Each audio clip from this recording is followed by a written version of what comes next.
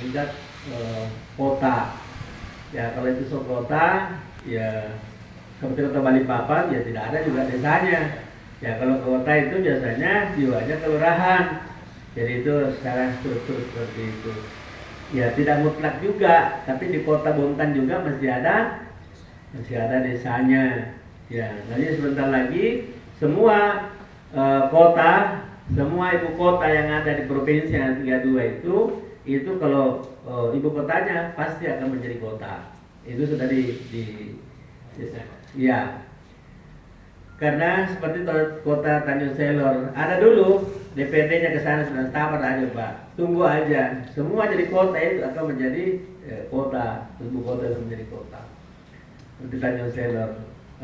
Kemudian yang menarik di sini adalah masalah pemekaran.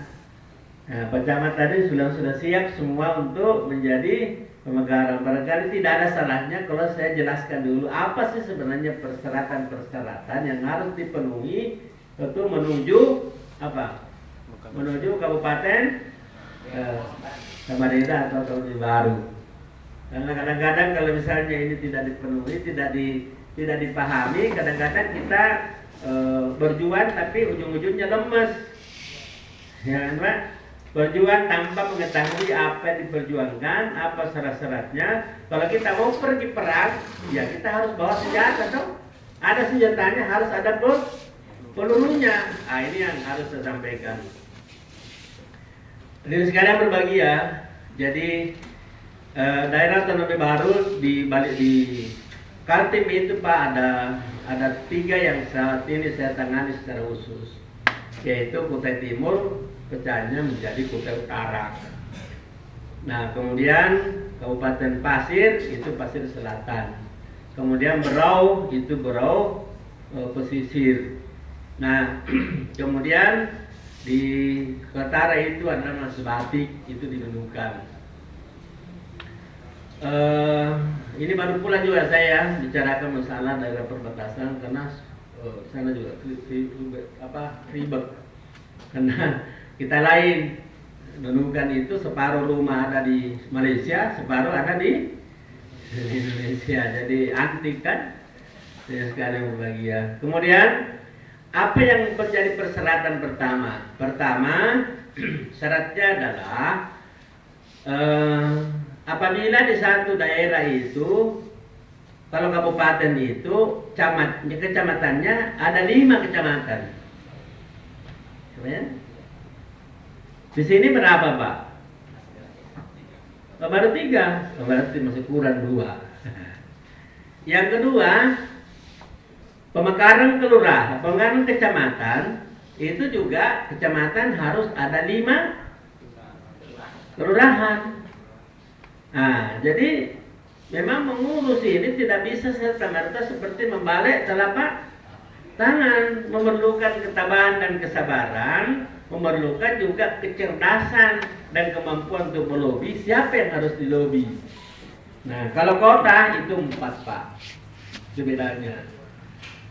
Nah, makanya saya bilang kalau mau maju memperjuangkan itu Kabupaten Samarinda, ya, maka persyaratan harus dipenuhi. Nah, maka benar tadi Pak Rudi bilang saya belum fokus ke sana, saya lebih fokus kepada infrastruktur yang harus dibenahi dulu karena persyaratannya ini masih ternyata sulit. Buktinya Pak Rudi sudah tahu itu. Kalau ini persyaratannya masih panjang, mungkin kita kejar yang bisa diraih sebelumnya. Nah, seperti infrastruktur itu. Kenapa? Esensi yang ada di dalam pemekaran otonomi daerah itu Pak, ada 3 yang kita inginkan. Pertama, untuk mendekatkan pelayanan pemerintah kepada masyarakat itu paling pokok itu. Nah, kenapa saya dukung betul itu Kutai Utara? Karena jaraknya luar biasa. Saya pakai patwal Pak, itu 5 jam itu baru sampai di Wahau. Pakai patwal Pak, bagaimana kalau udah pakai patwal? Mobilnya Pajero. 5 jam. Ya. Saya dikasih lagi mobil bagus sekali, Land Cruiser yang dulu punya Pak Buati, dibeli sama Sis yang 4 itu sudah dimodifikasi, enak. Nah, itu pun 5 jam, Pak. Bagaimana yang tidak ini kasihan. Nah, sempat saya katakan ini kalau di sini ini ada orang yang punya istri hamil mau melahirkan, khawatir saya ini bisa melahirkan di jalanan. Iya Pak, banyak sekali. Nah itu saya sudah duga. Nah makanya ini harus didorong karena memang sudah ada 8 kecamatan. Nah, padahal itu persyaratan minimal di 5 memenuhi syarat. Nah, dari sekalian berbahagia dan di sana ada 16 kecamatan. Jadi diambil 8 masih ada 8 untuk Kutai Timur. Kemudian sumber daya alamnya, PAD-nya masih bisa berimbang. Artinya dua-duanya kalau dibentuk Kutai Utara dan sekarang ada Kutai Timur, dua-duanya masih bisa hidup, seimbang, sejalan. Yang kita harus pertimbangkan kalau misalnya dibentuk daerah baru, otonomi baru, induknya mati.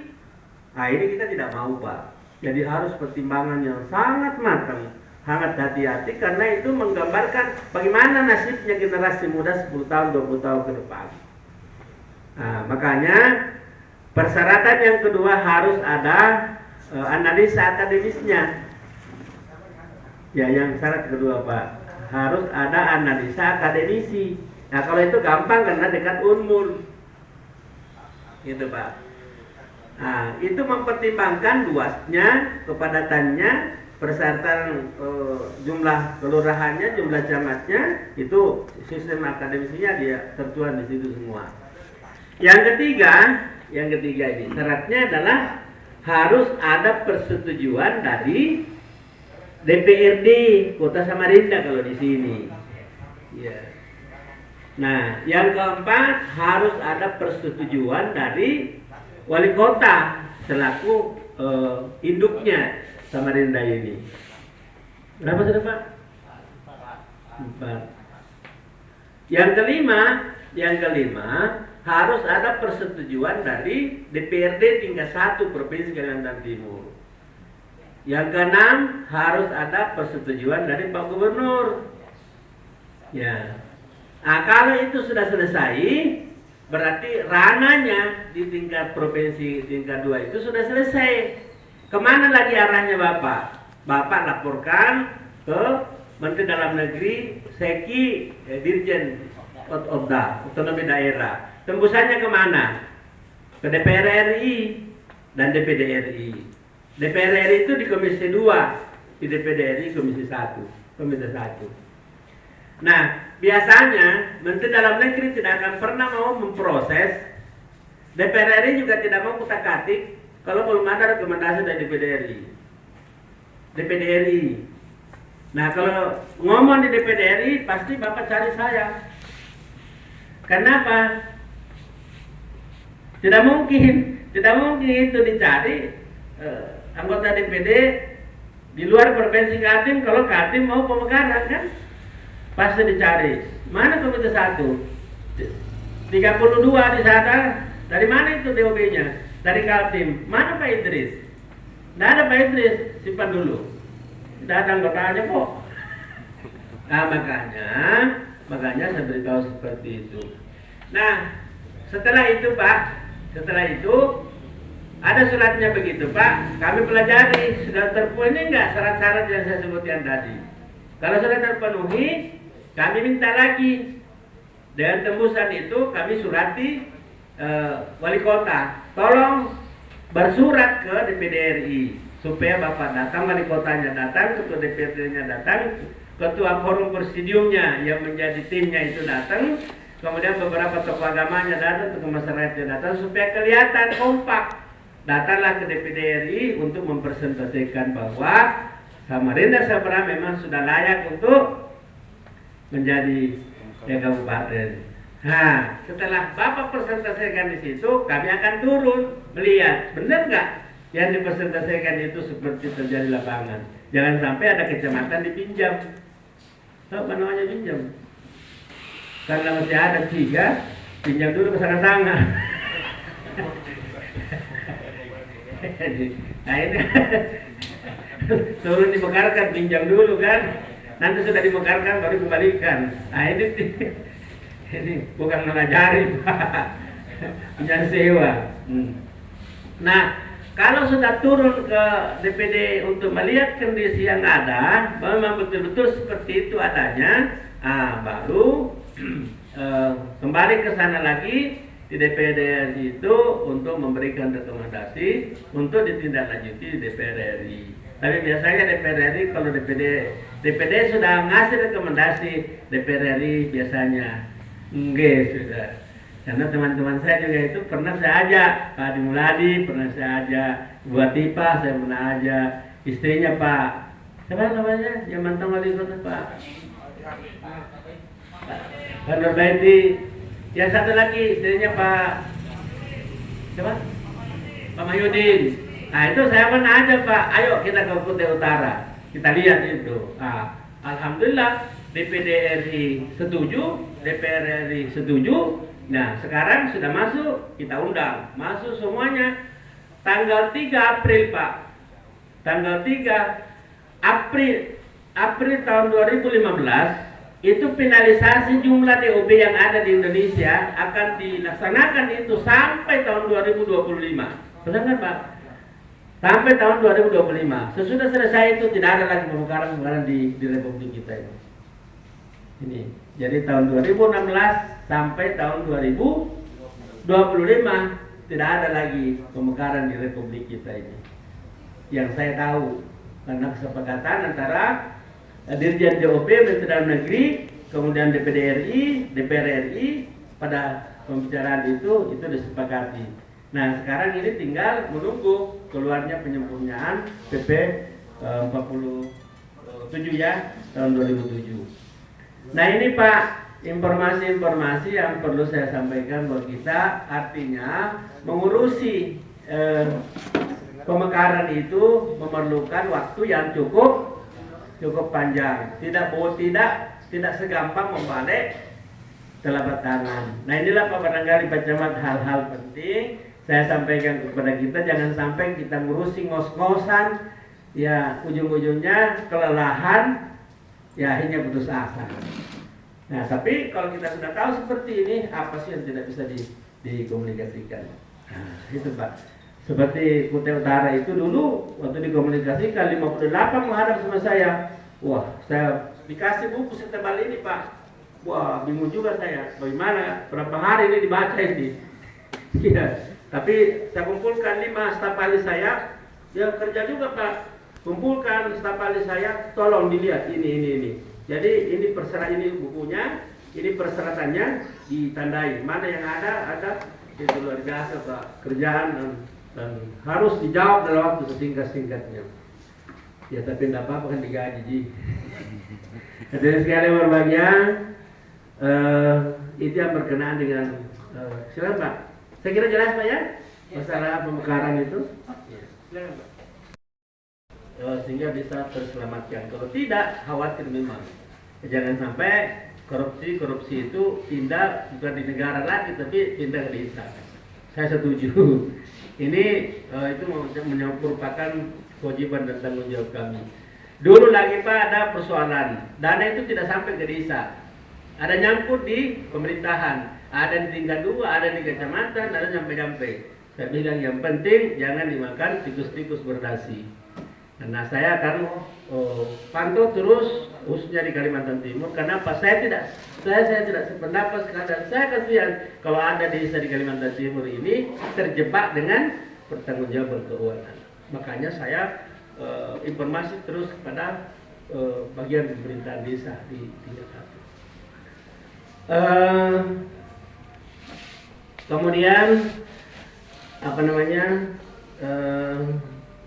Akses jalan pelabuhan Peti Kemas ini di pelabuhan ini masih butuh sekitar 14 miliar. Kata Profesor jembatan Mahkota Doya, mudah-mudahan itu tidak tertunda-tunda ya. Mohon diingatkan saya besok karena narasinya, mudah-mudahan saya ingatkan ini yang perlu jangan ditunda lagi. Kalau ditunda nanti saya cuma apa? Jangan-jangan alasannya ada pengurangan. Saya khawatirkan itu. Jadi makanya harus diingatkan. Dengan sekarang berbagian, kemudian apa?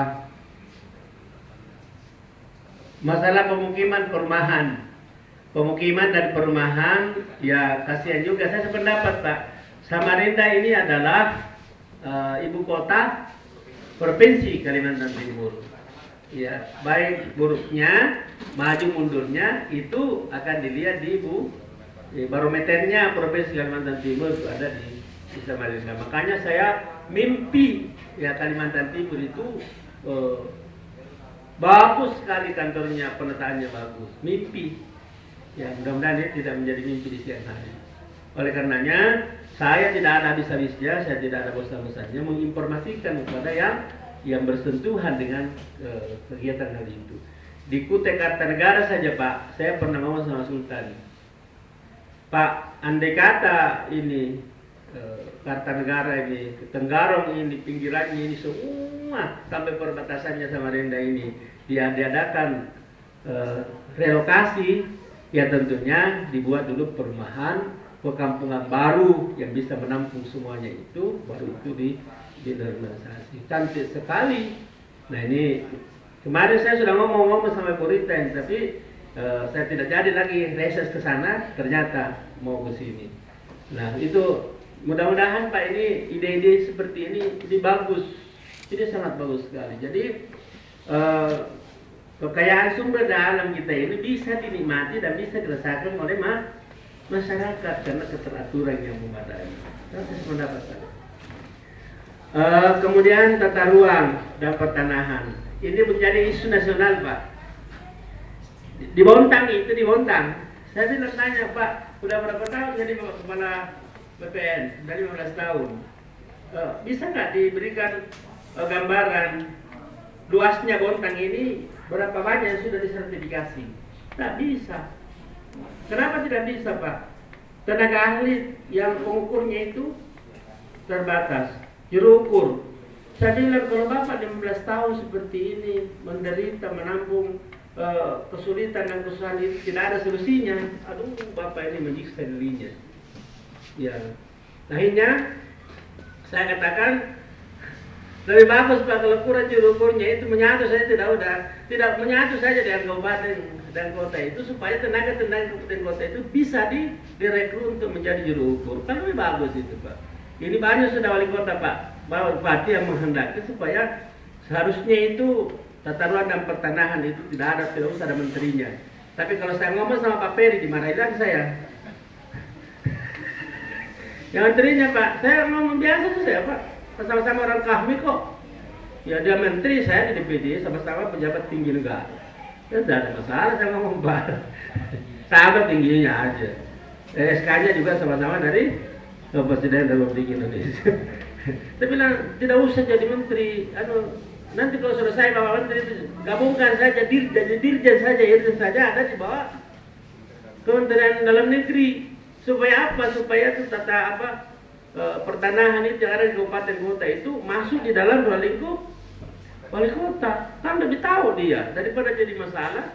Nah, sertifikasi belum lagi saya angkat ini Pak. Berapa banyak lokasi-lokasi wilayah yang sudah dirusak-rusak ini dengan pengembang, tapi tidak bisa diketahui siapa pemiliknya.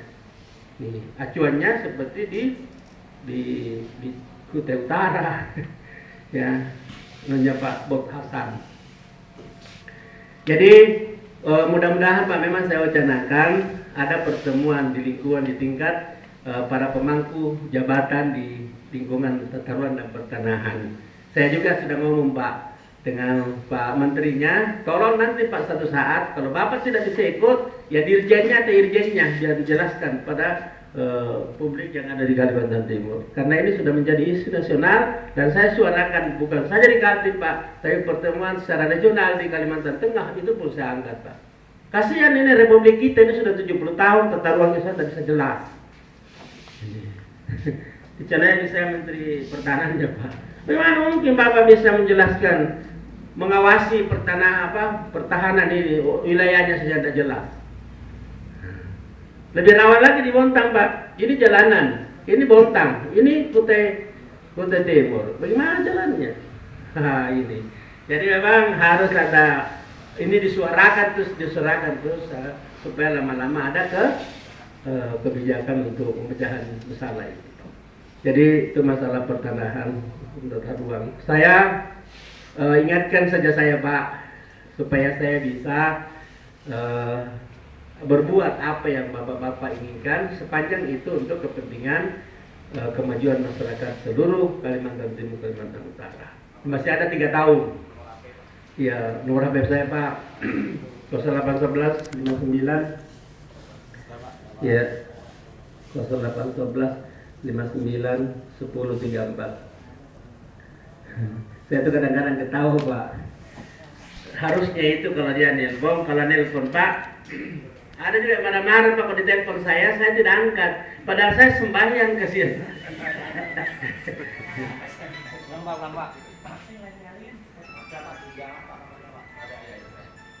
10 0811 59 1034. Siapa punya Bapak itu? Oh sudah langsung masuk Pak. Kasih nama Pak.